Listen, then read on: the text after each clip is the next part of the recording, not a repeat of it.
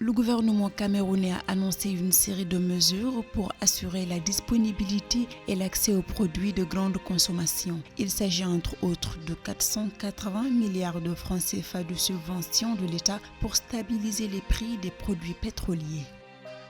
32,7 milliards de francs CFA, c'est le montant accordé à BGFI Banque au Gabon par le Fonds africain de garantie. Cette garantie de crédit devrait servir au financement des petites et moyennes entreprises gabonaises. Pour les 6 premiers mois de cette année, Bank of Mauritius a réalisé des profits de 34 milliards de dollars à fin juin 2022. Cette performance se traduirait par la mise en œuvre du plan stratégique 2022-2024 depuis le début de l'année, d'après la direction générale de la banque.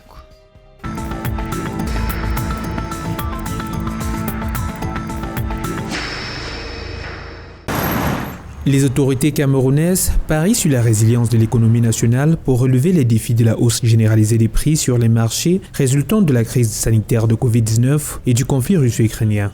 Au chapelet des mesures gouvernementales à cet effet, une subvention de 480 milliards de francs CFA, soit une hausse de 360 milliards de francs CFA pour assurer la disponibilité, mais surtout la stabilité des prix des produits pétroliers au Cameroun.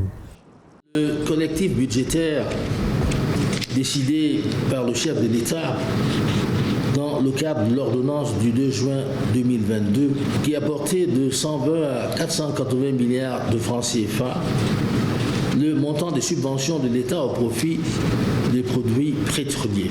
Cette décision présidentielle a notamment permis de garder inchangés jusqu'à présent les prix des hydrocarbures, respectivement à la pompe et au détail. L'approvisionnement en produits alimentaires de première nécessité et autres produits de grande consommation bénéficie également d'une attention particulière des autorités camerounaises. Il s'agit notamment de l'exonération des taxes et droits de douane à l'importation de certaines denrées comme le blé, le riz ou encore l'huile.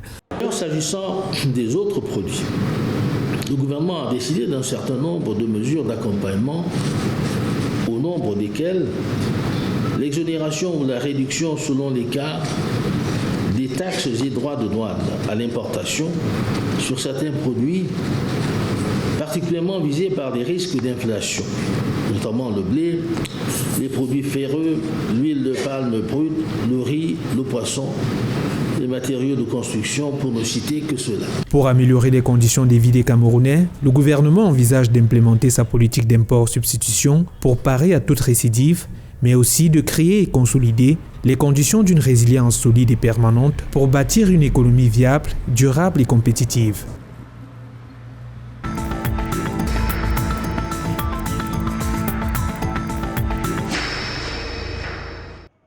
Au Gabon, BGFI Bank a bénéficié d'une garantie de crédit d'un montant de 32,7 milliards de francs CFA auprès du Fonds africain de garantie. Cette manne financière permettra au groupe bancaire d'assurer un meilleur financement en faveur des petites et moyennes entreprises. Ainsi, celles éligibles auront plus facilement accès au crédit afin de développer leurs activités au Gabon. En outre, les petites et moyennes entreprises gabonaises se heurtent à d'énormes difficultés de financement.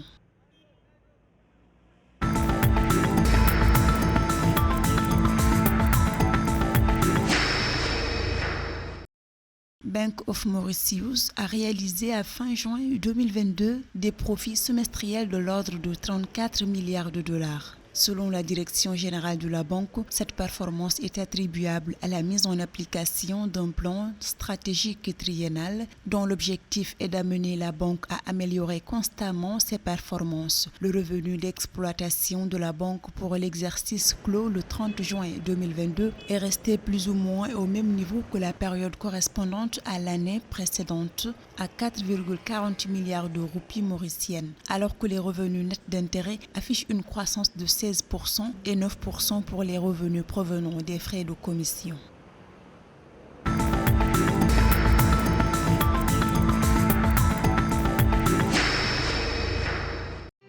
Ce lundi 15 août, l'État du Mali effectue une nouvelle sortie sur le marché sous-régional des titres publics.